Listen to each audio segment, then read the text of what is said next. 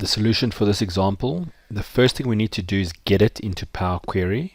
So we're going to do that. This is already a table. We're going to say from table arrange. We've got it in.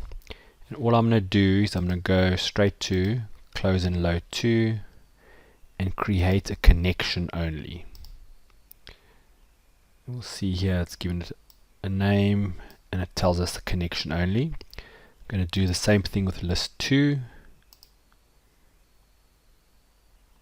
So here it's there. I'm going to close and load to, and again only create a connection and say OK. So we've got our 2 connections set up. Now we can answer the question. The first part asks for a listing of all the unique entries between the 2 lists. So what we're saying is, if for example that one only exists on list 1, we definitely want to see it. If it exists on list 2, that's fine, we still want to see it. And we want to see everything that exists on list 2 as well, even if they're on their own. So what we're going to do here is an outer join. We want everything that exists here and everything that exists here. So we're going to go to data, get data, combine queries, and we're going to tell them to be merged. We're going to find the tables that are appropriate, so table 64 in this case, and 65. We now, before we can tell it what join kind, need to tell it what is a match. So what we're going to do is, by holding our control key down, notice the numbers that are appearing, 1, 2, 3, 4, in the exact same order. I'm going to do that. Okay, so it looks like there's 65 matches. We know this needs to be something called a full outer, all rows from both. When I say OK, it runs through, it's given us the information.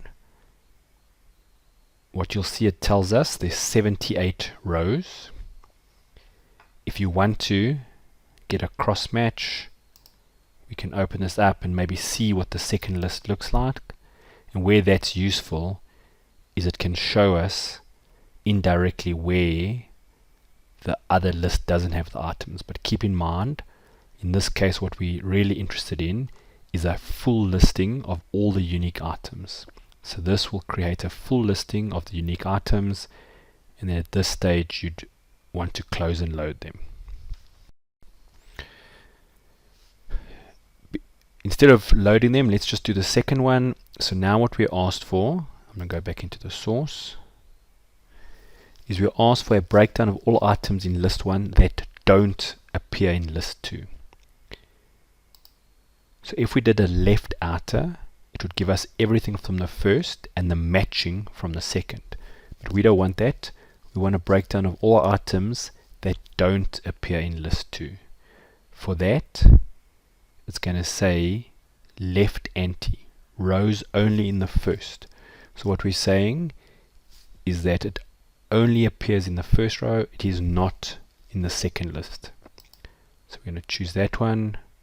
And when I say OK, what you'll see is it only shows the items that appear here in list 1, but not in list 2. For the third item, and again we're going to go into the source, and this time what we're going to say is we want to see only the items that only appear in list 2, they are not in list 1. So the complete opposite of that. So we're going to say a right anti, rows only in the second column. We're going to say OK, and you'll see in this case there are none. So what we're told is that everything that is in list 2 is in list 1, but it's not quite the same the other way.